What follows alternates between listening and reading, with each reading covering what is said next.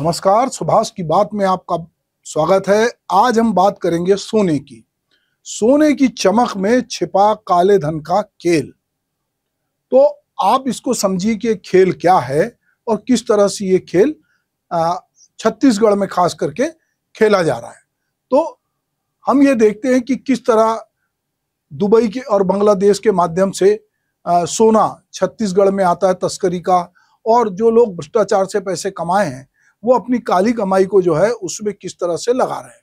भारत में सोना सिर्फ धातु नहीं है, संस्कृति का प्रतीक है, लेकिन अब यही सोना बन गया है भ्रष्टाचार की काली कमाई का ठिकाना। प्रवर्तन निर्देशालय यानी कि ईडी और आर्थिक अपराध शाखा ईओडब्ल्यू के छापों में ये बात निकल के आई है कि रायपुर की सराफा दुकानों में जो है वो वहां से ईडी ने बड़े पैमाने पे सोने की तस्करी के रैकेट का पर्दाफाश किया है।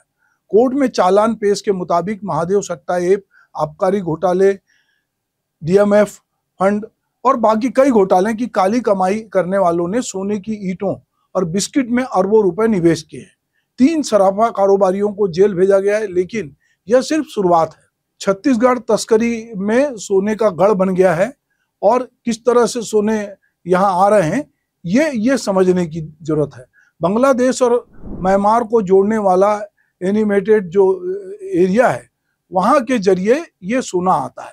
हर चमकने वाली चीज सोना नहीं होती, पर काले धन की लंका सोने में ढलती है। तस्करी का सोना दुबई, बांग्लादेश, म्यांमार, मुंबई, दिल्ली के रास्ते छत्तीसगढ़ पहुंच रहा है। डायरेक्टरेट ऑफ रेवेन्यू इंटेलिजेंस के मुताबिक 2021-22 में 37% तस्करी का सोना म्यांमार और 7% बांग्लादेश से आया। क्योंकि तस्करी से 3% जीएसटी और 10% कस्टम ड्यूटी बच जाती है। प्रति तोला 10 से 15 हजार रुपए का मुनाफा होता है। 1319 किलो सोना जब्त किया गया और ये सोना जो है अलग अलग जगह से आया है। तो अब ये दिखाता है कि कैसे लोग जो है भ्रष्टाचार और सोने का आपस में गठजोड़ है। किस तरह अगर आप नकदी पैसे रखेंगे इतने तो आपको छुपाने में दिक्कत होगी। अभी हमने देखा कि दिल्ली में एक जज साहब के यहाँ आग लग गई तो वहां निकला, कानपुर में बहुत सारा पैसा मिला। तो काले धन का को छिपा हुआ ये खजाना है, जिसका नतीजा है कि अधिकारी, ठेकेदार, बिचौलिए सबकी मिली भगत से ये कारोबार फुल रहा है। सोने के को आसानी से छिपाना, जैसा मैंने कहा कि जरूरत पड़ती है तो वो छिपाया भी जा सकता है और जरूरत पड़ने पे उसको बेचा भी जा सकता है।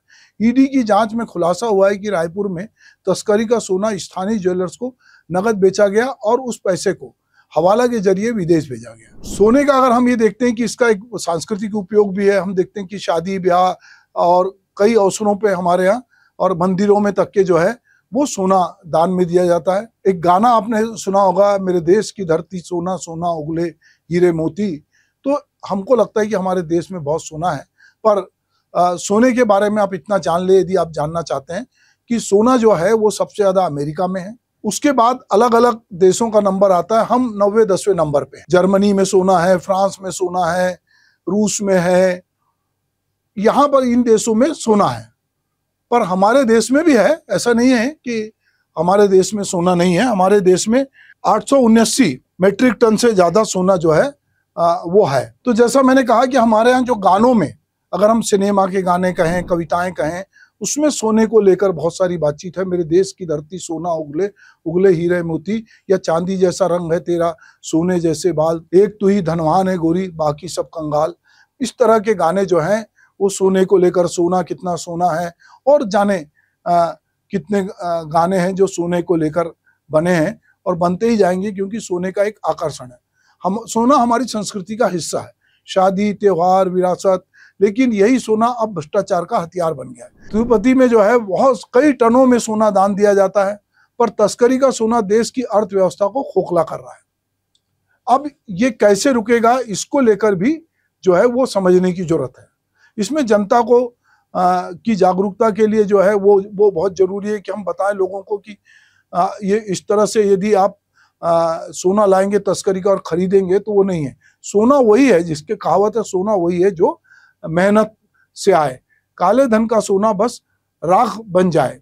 सरकार को सीमा पे निगरानी बढ़ानी होगी, भ्रष्टाचार पे सख्ती करनी होगी और हम नागरिक के नाते हमको ये होगा कि हम तस्करी के सोने को ना खरीदें। हमारे यहाँ सोने का आकर्षण कितना ज्यादा है कि यदि कोई पूरा परिवार छोड़ के 100 की उम्र के आसपास मरते हैं तो उसकी मृत्यु में स्वर्ग नशेनी यानी स्वर्ग की सीढ़ी बनाकर भी लगाई जाती है, क्योंकि लोगों को लगता है कि इससे स्वर्ग का रास्ता मिलेगा। तो कहीं ना कहीं सोने की चमक या सोने का आकर्षण जो है वो जन्म से लेकर मृत्यु तक हमारे यहाँ बना हुआ है, पर लोगों ने इसको अब भ्रष्टाचार की काली कमाई को ठिकाने लगाने का जरिया बना लिया है। एक कहावत ये भी हमारे यहाँ की सोने की लंका नहीं रही तो तुम कैसे रहोगे। ये माना जाता है कि हमारे रामायण में कि रावण की सोने की लंका थी और हनुमान जी ने जाकर वहां लगाया। तो बहुत बार कोई अहंकारी आदमी होता है तो लोग कहते हैं कि ये अपने सोने की लंका में बहुत घमंड कर रहा है, पर इसकी लंका भी जब रावण की लंका नहीं बची तो इसकी लंका कैसे बचेगी। तो ये जो भ्रष्टाचार से सोने की लंका बनाई जा रही है और इसको सोने की ईंट बनाए जा रहे हैं, बिस्किट बना के खरीदे जा रहे हैं, तो ये जो सोने की लंका है ये बहुत ज्यादा सुरक्षित रहने वाली नहीं है, क्योंकि कहीं ना कहीं अभी जैसे ईडी की रेट पड़ी है, ईओडब्ल्यू की रेट पड़ी है, तो ये सारी चीजें जो है। अच्छा, इसमें एक बात, जिस तरह की हमारे देश में बहुत सारे गाने बने, इसी तरह विदेशों में जो हैं बहुत सारी कविताएं जो हैं इस पे लिखा गया। रॉबर्ट फॉस्ट की कविता है नथिंग गोल्ड कैन स्टे, और इसी तरह थॉमस हुड की कविता है गोल्ड। ये बहुत सारी कविताएं जो है सोने को लेकर हैं, गाने भी सोने को लेकर हैं। तो कई तरह से जो है वो सोने को लेकर जो है वो जानकारी आती है। और सोना लोग अपने पास मुसीबत के लिए भी रखते हैं, क्योंकि लोगों को लगता है कि बचपन से माएँ जो है सोना इकट्ठी करती हैं, क्योंकि उनको लगता है कि बेटी की जब शादी होगी तो हर रस्म में सोना दिया जाएगा, दामाद को सोना देंगे, जो रिश्तेदार आएंगे उनको कोई ना कोई सोने की अंगूठी देंगे, किसी को सोने का कंगन देंगे। तो इस तरह हमारे यहाँ पीढ़ी दर पीढ़ी जो है वो सोना, दादी की गले का हार माँ को मिलेगा, माँ से बेटी को मिलेगा। तो इस तरह सोने के प्रति एक अलग तरह का आकर्षण हमारे यहाँ है। और हम सोने को जब कोई खरीदता है तो उसमें कोई सवाल नहीं उठाता, इसलिए हम देखते हैं कि, और खास करके साउथ में हम देखें कि वहाँ सोना पहनने का जो है, और वहाँ दुकानें भी सोने की बहुत है, उस तरह की नॉर्थ में उतनी नहीं होगी जितनी साउथ में। तो सोने को लेकर हमारे देश में एक अलग तरह का आकर्षण भी है, और वो हमारी सांस्कृतिक विरासत भी है, हमारी धार्मिक विरासत में भी है, और लोग इसलिए सोने के प्रति बढ़ चढ़कर जो है उनका रुझान है। पर काला धन छिपाने वाले लोग अब तस्करी का सोना खरीद रहे हैं, और उसको जो है पैसे को, जो बहुत सारे भ्रष्टाचार, कई तरह के भ्रष्टाचार है। पर ये केवल छत्तीसगढ़ की बात नहीं है कि ये छत्तीसगढ़ में हो रहा है, मुझे लगता है कि पूरे देश में जहां कहीं भी लोगों के पास पैसे छुपाने, क्योंकि आप जमीन खरीदेंगे तो आपके कागज पता चल जाएंगे, आप जो है घर में पैसा रखेंगे तो पता चल जाएगा, पर सोना जो है उसके बिस्कुट आप कहीं पर भी छुपा के रख सकते हो। कई बार ये कहते हो कि हमको विरासत में सोना मिला है, तो सोने को छिपाना बहुत आसान है, और वो भी तस्करी का सोना जो है जिसमें बहुत सारे टैक्सों की चोरी हो रही है, उसको काला पीला करना जो है वो है। और इसमें चूंकि कोर्ट में ईडी ने कहा है, ईओडब्ल्यू ने कहा है, तो ये बात मानने लायक भी हो रही है कि छत्तीसगढ़ में और खास करके रायपुर में सोने को अलग तरह से खपाया जा रहा है। नमस्कार।